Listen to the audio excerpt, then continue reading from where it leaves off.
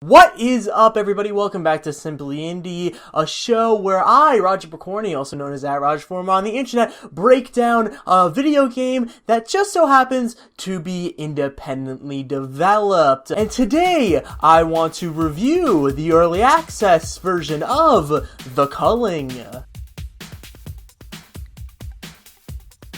Yes, The Culling is an early access game that has been getting a lot of buzz on the internet because it is attuned to the Hunger Games franchises and the Battle Royale film that a lot of people love, including me. So if you've seen any of those films, you know the general concept of what this game is probably going to be. It's a game where a bunch of players are thrown into a map that's kind of like an island, and they're just thrown in different parts of the island, and there's cameras watching, it's a game show, and the last man survives.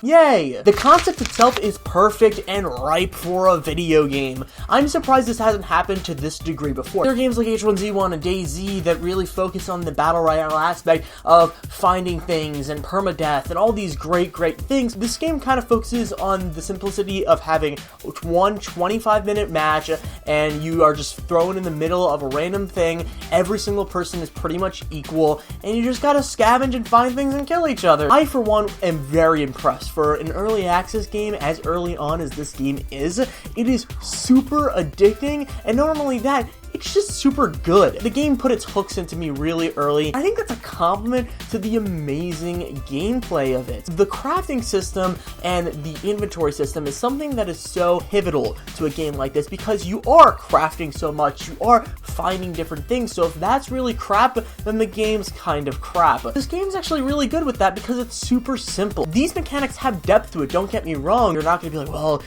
what does this mean and what does that mean? It's something that you can pick up and play, and you are going to be figuring out and having some strategy with it. It's pretty straightforward. You pick up two elements, you combine them together, and after a short time, you make something. And the inventory system is also really simple. You just craft a bag and you get an extra slot, up to 5 slots you could have. I think a huge part of the reason why I love this game so much is how much replayability there is because of the sense of discovery and the risk and reward factor of it, because that is so high. First of all, this map is huge, so there are times when I'm spawned somewhere and I'm like, I haven't even been here at all. Ever. And the risk reward factor is really amazing because there is so much. As I said before, this is a game where everyone is fighting to the death. People are insane in this game. People are doing crazy things, and you don't know what the hell's going to be around the next corner. The discoverability aspect of it. That's why I love this game, because there's so much to discover in terms of the players, and there's also so much to discover in the world. There is a currency in this game, and after that currency is depleted, you can't craft anything, and you can't buy things. But the game is really good about giving out the currency, so it's not too stingy and it's not too much. You kill someone, you get currency. You're alive long enough, you get currency. You find these random deposits, you get currency. You recycle old weapons that you may or may not need. Risk reward factor, it gives you currencies, and it adds so much replayability to the game because I'm like, oh, okay, maybe I'm gonna replay it, so maybe I will get that crate or find out what's in it. It's interesting, and I like it a lot. I like this currency more than I thought I was going to like it. Downside. This game is in early access, so these things are probably going to be fixed, but I just want to put it out there just in case the developers are watching or anyone's watching, and they want to know what's missing or what's a little off in this early access release, because you are paying money for it, so I want you guys to know. The game does not really run too well, or even look too great. They average to 40 to 50 frames, which is not good, because I can probably get GTA 5 to run at 60 FPS on, like, high settings. The game also has a lot of bugs and crashes. Sometimes a weapon won't work for some reason, and it's not my fault, it's just the bug in the game. And the game also crashes a couple times, especially when I would go in to create my character and load the character and make him look better. And I say him, because there's no female option for this game. If I can, I play as a female. So it was kind of sad to see the gray out female button, but it will come sooner or later, so I'm very excited for that. And there's also perks in this game, which for me is a little weird looking at it, because you just kind of get all of them. There is no, like, okay, I get to a certain level, I get to a certain XP, and you get the perks.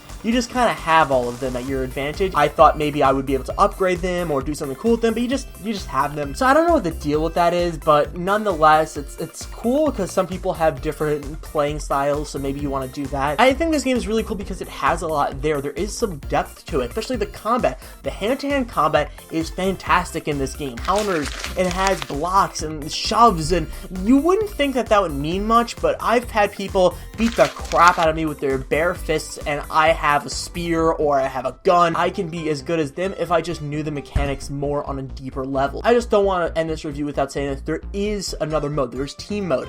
I don't play that mode. I've played it a few times. It's alright. It's fine. It has all the features. It's probably going to be great for a lot of people. Not for me. Just because I think that free-for-all and that mode is so compelling, and I think that that is like the major draw for a lot of people. So, The Culling, my final score, I recommend it. I think The Culling is really great, even for an early access game. It has problems. I know it. Right now, it's an early access game for $15. This is such a good $15 experience just for that price alone. This is really good, even if it is early access. And I mean, let me just tell you guys something. This is spoiler for another video. I bought Hitman for $15. Don't buy Hitman for $15. Buy this game for $15. This is a better $15 experience than anything. Hell, it's a better $20 to $30 experience if it was that. This is such a good price. This is a really great game, and it's just going to get better as time goes on. So what do you guys think of my review? Did you play The Culling? Have you played it? Hit me up on Twitter, youtube.com/RodgeFormer. You're on the right place. RodgeFormer.com. All that jazz. Bye-bye.